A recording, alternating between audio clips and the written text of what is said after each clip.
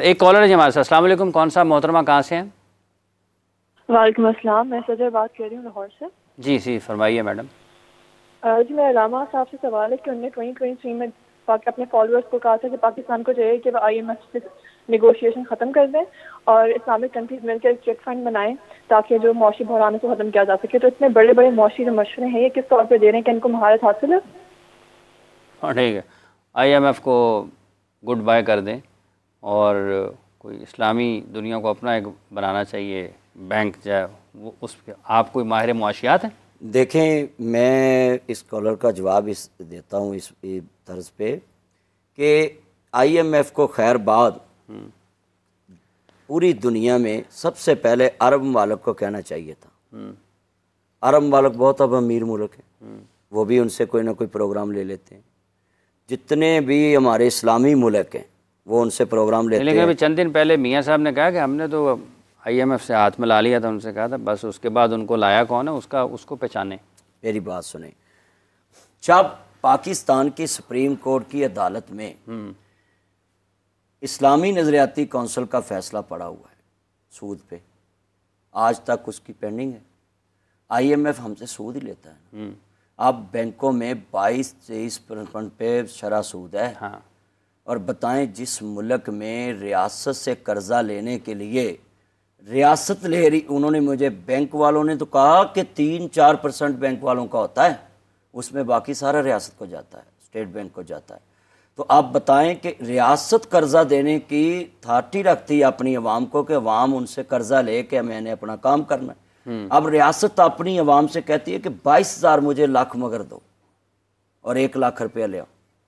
अब बताएं, जो एक शहरी हुकूमत को 22,000 दे के उसमें से 88,000 जो है लेकर जाएगा और 78,000 लेकर जाएगा, जितने भी उसमें से निकाल लें आप पैसे, तो आप 22,000 तो पहले ही दे दिया। अब उसमें से काम किया, घर को क्या दोगे, आप क्या करेंगे? जब तक हम अल्लाह और उसके रसूल की बात को नहीं मानेंगे, सूदी निज़ाम, आपके निज़ाम ख़त्म नहीं होगा। हमारी IMF को छोड़ने का मतलब ये है, IMF से छोड़ेंगे तो वो सूद से छोड़ेंगे ना। IMF से तो हम सूद ही लेते हैं ना, कि वो कहते हैं इतने % मार्कअप हमें देना ही पड़ेगा। हम अब खान साहब ने कहा था कि हमने किस्तें उतारने के लिए इतना कर्ज लिया। अब बहाना भी ये बन गया पाकिस्तान में। जो हुकूमत आती है वो कहती वो पिछलों का कर्जा लिया है, उनकी किस्तें देनी थी, हमने इसलिए लिया है कि वही ये देखे ना, पैसे ऐसे उधर से आते हैं और दूसरी तरफ ट्रांसफ़र हो जाते हैं। अवाम का कचूमर नहीं कर रहा है। कहते जी अवाम टैक्स नहीं देती, ये बड़ा झूठ है। साड़ियाँ सेवियां ते टैक्स, आटे ते टैक्स, रोटी ते टैक्स, साबन ते टैक्स, जी अदे खान पीन वाली चीज़ां ते टैक्स, पैंपर ते टैक्स, निप्पल ते टैक्स, फीटर ते टैक्स, कोई दुनिया की चीज़, मस्जिदों में मीटर लगे उस पर भी TV का टैक्स।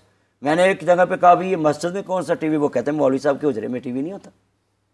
ये भी उनके पास लेकिन मौलवी साहब, अगर मौलवी साहब लाख मीटर हुए थे फिर नहीं, लाख भी, अगर लाख भी हो, अगर किसी मस्जिद में 2 मीटर लगे हुए हैं, हाँ जी, तो उसको भी कहते हैं ये। आप बताएं, अब हुकूमत का इम्तिहान है ना, कि कहते हैं जी हमने घरों को देनी है सोलर।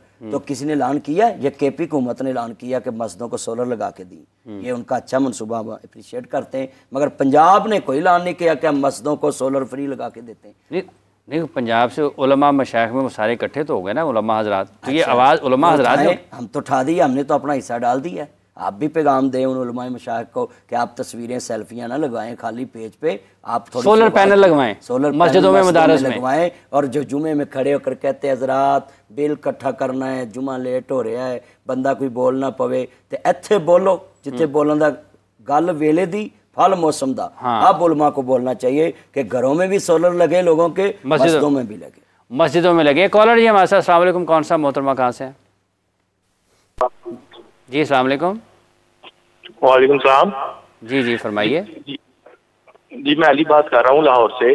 जी अली साहब। मेरा नासिर मदनी साहब से एक सवाल है कि हम अपनी बेगम के हकूक पूरे करने के लिए उनकी बातें मानते हैं, जो कहती हैं वो करते हैं, ठीक है, खुश रखने के लिए। फिर आगे से हमें रिस्पॉन्स आता है बीवी से थल्ले लगा है, रन मुरीद करिए तो फिर भी मसले, ना करिए तो फिर भी मसले है। इसका क्या हल है वो बताए। इसका हल क्या है जी? देखे मेरे बच्चे, मेरा चन्न, मेरा मक्खन, मेरी मलाई, तू रज के कर, लोकां ਦੀਆਂ ਗੱਲਾਂ ਨਹੀਂ ਪੀਰ ਵਾਰਿਸ਼ਾਂ ने लिखा नहीं मुल्क दी बंद ज़बान हुंदी ना वजन दरियावां नूं बन नहीं रहे। मुल्क की दुनिया की ज़बान को कोई बंद नहीं कर सकता।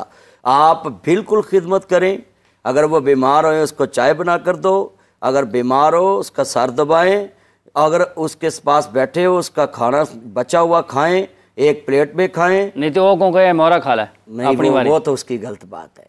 जो अगर औरत अपने खामद के कहती मोहरा खाला, फिर लोगों के बर्तन ही साफ करेगी, क्योंकि बादशाही तो खामद के साथ है। बेटे जितने मर्जी फरमा बरदार हों, बादशाही तो खामद के साथ। जिस दिन खामद मर जाता है तो औरत अपने बच्चों की मुताज हो जाती है। इसलिए इस मेरे भाई की जो बात है कि लोग कहेंगे जी ये थल्ले लगा है, ये उन माओं के लिए पैगाम है जो अपनी बेटियों के बारे कहती हैं मेरी बेटी का हस्बैंड तो बहुत अच्छा है, उसकी बड़ी एडजस्टमेंट है, सेटलमेंट है, बड़ी मोहब्बत करते हैं एक दूसरे से, सारे पैसे ला के मेरी बेटी को देता है। तो मैं उस प्यारी माँ को पैगाम दूंगा, अम्मा जी जिस तरह आपकी बेटी का आपका जनाब जी आपका दामाद उसका हस्बैंड उसको पैसे ला कर दे तो ये एडजस्टमेंट है, इसी तरह आपका बेटा भी अपनी बीवी को कुछ ला कर दे।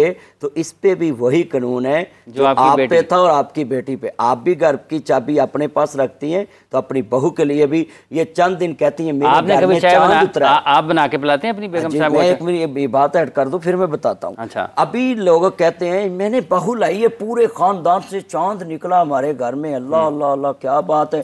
चंद दिन बाद वही मुफ्ती साहब के पास मेरे पास आकर कहती कोई तवीज़ लिख दो जी, मेरी बहू तो बड़ी उल्ट निकली।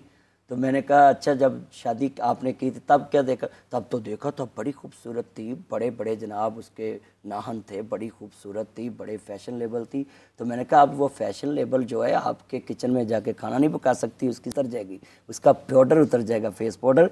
अगर आप इस तरह की देख के लाती कि वो घर में खाना पकाती है तो उसकी आदत होनी थी खाना पका के खाने की।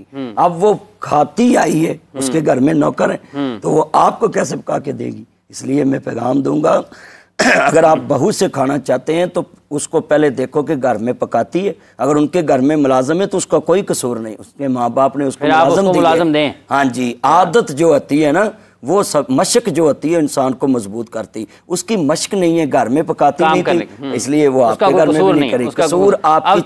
अब तवीज़ ना करें, उसके लिए मुलाजम का बंदोबस्त आप पिलाते हैं चाहे अपनी? मैं बिल्कुल, जब वो बीमार हो तो मैं काम भी करा देता हूँ, साथ चाय भी बना कर दे देता हूँ। मैं तो ये कायल भी हूँ इस चीज़ का। नबी करीम सल्लल्लाहु अलैहि वसल्लम हमारे लिए रोल मॉडल हैं। तो अम्मी आयशा सदीक़ा तय्यबा तारा फरमाती हैं सलामुल्लाह अलैहा कि नबी करीम कभी घर में फ्री नहीं बैठे थे, घर में कोई ना कोई हमारे साथ काम करते ही रहते थे। मुसब, ये जो अभी सवाल था जिस पर आप भी बहुत मुस्कुराए हैं, आपने कभी घर में कोई अपनी अहलिया मोहतरमा का हाथ नहीं बटाया? देखें, जहाँ तक है कि जो मुमकिन काम होते हैं, क्योंकि अपनी अपनी एक आदत होती है, यहाँ पे बैठ के कुछ झूठ बोलना भी मुनासिब नहीं होगा, सीधी बात करनी चाहिए। क्योंकि मेरी आदत नहीं है घर में काम करने की, तो इस तरह का मामला मेरे साथ नहीं है। हालांकि मैं इस बात का कायल हूँ कि अपनी मिसेज के साथ काम करना चाहिए, काम में हाथ बटाना चाहिए। अगर वो बीमार हो जाए तो उसकी जो भी हुकूक हैं उसके सर दबाने के हवाले से हो, खाना बना के देने के हवाले से हो। लेकिन मैं उसूल बता दूं कि जब रिश्ता देखा जाता है तो उस वक्त इस बात को मलहूज़े खातिर रखें कि अगर आप जो बहू लेकर आ रहे हैं, अगर उसकी घर में काम करने की आदत है तो फिर वो अपने ससुराल में आके भी काम करे। और अगर उसकी आदत घर में ये थी कि वो पका पकाया खाना मंगवा के खाती थी या घर में उसको काम करने की आदत नहीं थी, तो शरई उसूलों के मुताबिक उस खातून को मजबूर नहीं किया जा सकता कि तुम अपने ससुराल में जाके काम करो। जिस तरह की अदात व खसाइल वहाँ पर थी, खामन के ऊपर लाजिम है कि उसी तरह की सहूलियात उसको फराहम करे। अच्छा,